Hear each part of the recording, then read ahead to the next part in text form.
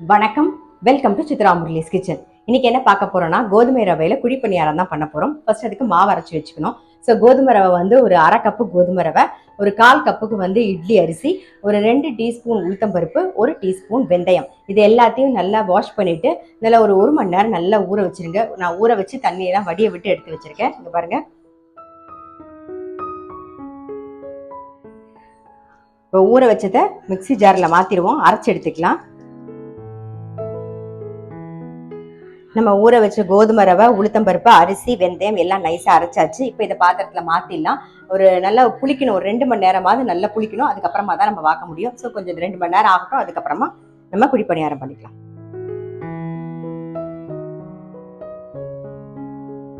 பாருங்க, மாவு அரைச்சி வச்சிருந்தோமா, இப்போ நல்லா மாவு பொங்கி வந்திருக்கு. இந்த பாருங்க, காமிக்கிறேன், தெரியுதா உங்களுக்கு?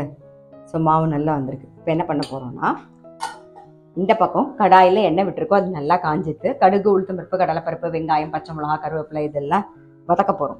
கடுகு, உளுத்தம்பருப்பு, கடலைப்பருப்பு, வெங்காயம், பச்சை மிளகா கட் பண்ணி வச்சுருக்கேன், கொஞ்சம் கருவேப்பிலை. இன்னும் மாவில் உப்பு சேர்க்கல, ஸோ அதோட சேர்த்து இதிலே சேர்த்துடலாம். நாம் அதுக்கும் சேர்த்தே மாவுக்கும் அப்புறம் வெங்காயத்துக்கும் சேர்த்து இதிலே உப்பு சேர்த்துடுறோம். கொஞ்சம் பெருங்காயப்பொடி.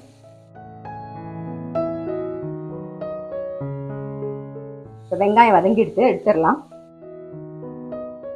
மாவில் சேர்த்துருவோம். கொத்தமல்லி சேர்த்துக்கலாம். குழிப்பணியார கல்ல வந்து எண்ணெய் விட்டுருக்கோம், அது நல்லா காஞ்சிடுது. இப்போ பார்த்துடலாம்.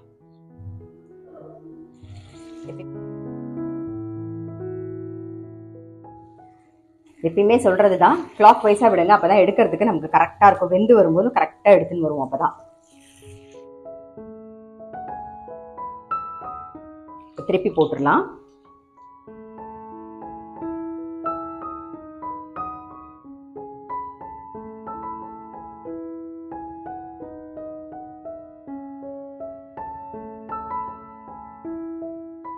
ரெண்டு பக்கமும் வெந்தெடுத்து எடுத்துடலாம்.